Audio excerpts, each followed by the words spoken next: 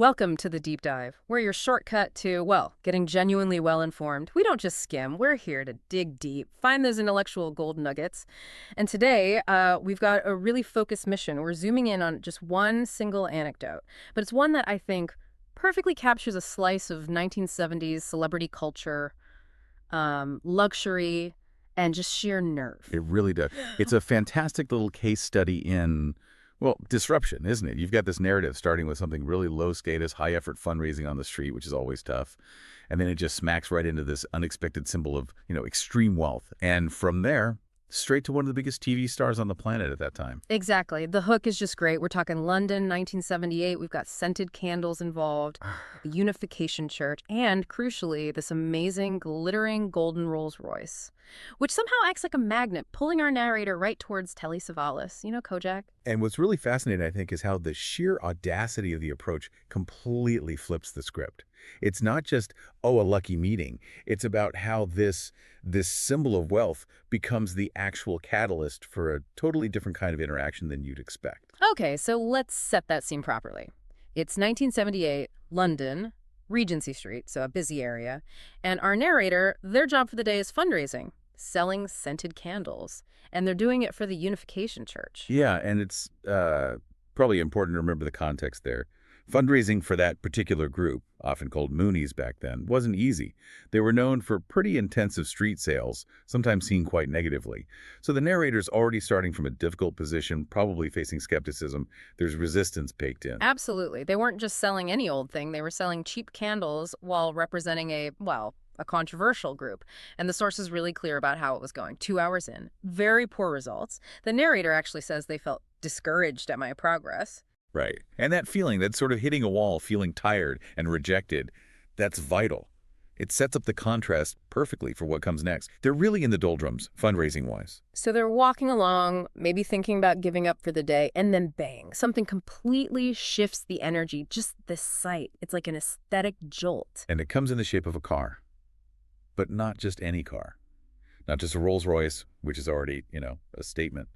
A golden Rolls Royce. I mean, can you picture that? 1978 London, often gray, maybe a bit drizzly. And then this thing, it must have looked less like a car and more like, I don't know, a stray sunbeam parked on the street. It just screams, look at me. Totally. It's instant status. Yeah. That kind of car isn't just about money.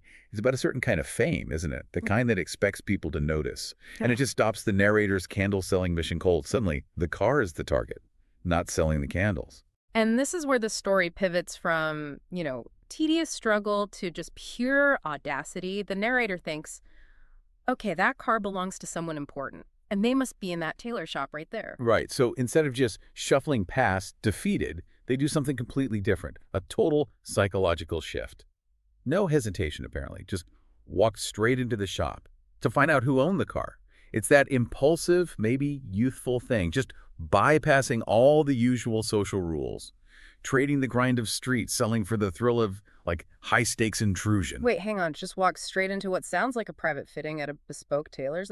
Wow, that's more than bold. That's ignoring the velvet rope completely. Exactly. And that's why the outcome is so interesting. It's a gamble, isn't it? Relying entirely on how the person inside will react. Polite persistence wasn't working, so they switched to, radical interruption. Which brings us right to the reveal. Narrator walks in, probably smelling faintly of scented candles. And who's there, standing in the middle of all this fine fabric and quiet luxury? Telly Savalas. Yeah, the description is so vivid. It's pure 1970s celebrity performance art, almost.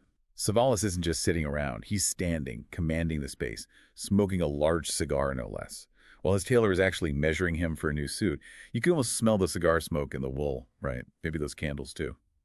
And for the narrator, this must have been completely mind-blowing. A young person probably grew up watching Kojak on TV every week. Yeah. And suddenly, there he is, this huge global star, 3 feet away. It's that jolt, isn't it, that takes you from the ordinary right into something almost mythical. From feeling invisible and discouraged one minute to being right there, watching this icon in this, incredibly luxurious private moment. The source says it flat out. It really made my day. Wiped out those 2 hours of failure instantly. So narrators facing this icon, this performance of fame, and what do? They fall back on their training, I guess. They smile, just like they would entering any shop to make a pitch. And amazingly, Telly Savalas smiles back. And that smile, That moment of acknowledgement from him, that changes everything. It diffuses the situation immediately. The force says his smile immediately made me feel calm and relaxed. It's like Savalas, maybe instinctively, just created the space for what came next, however awkward it was going to be. And they didn't blow it being starstruck, did they? They used that moment of calm. Went straight in. Asked him if he would like to buy a scented candle for a Christian cause. Just like that. Direct. No, oh, I love your show. Or nice car. Which must have created this, like, amazing tension. Because you've got the professional environment there, the tailor, whose job it is to protect Savalas's privacy. How did he react to this sudden direct sales pitch? The source gives us that perfect contrast. The tailor. Predictably, he was taken aback. Even rather shocked. Shocked by the sudden appearance, the source says, and this innocent, youthful, straightforward attitude. I mean, he's the gatekeeper, right? And someone just crashed his gate holding a candle. Yeah, that's the standard reaction you'd expect when someone breaches a boundary like that. But Savalas, his reaction tells you something else. He stayed totally pleasant, friendly even. Yeah. Just absorbed the shockwaves. Maybe he understood. This wasn't malice. It was desperation, maybe.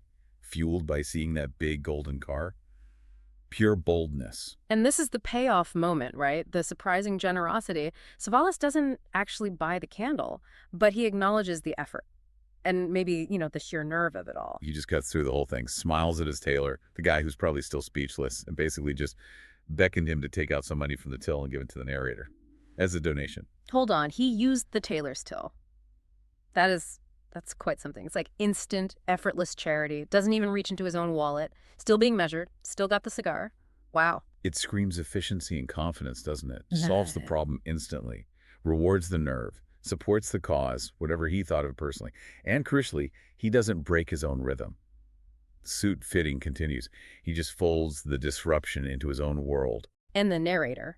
The source makes it clear the takeaway wasn't just the cash. They left appreciating his pleasant and friendly demeanor. Even though, as they admit, they'd intruded on his privacy and definitely shocked the tailor. That's the real success, I think. Not selling the candle, but getting that affirmation. The big star didn't shut down the audacity, he rewarded it. Which shows, well, a lot of grace under pressure, really. So if we pull back and look at this little snapshot, what have we got? We start with someone feeling low, trying hard but failing, representing a group maybe not everyone liked. That low point gets completely transformed by one thing, this incredibly visible symbol of luxury, the golden Rolls Royce. It acted like the best, most irresistible advert imaginable. Yeah, I think it shows a couple of things. First, maybe the power of disruption. Sometimes breaking the rules, doing the unexpected, audacious thing is actually the way to get noticed by someone high status.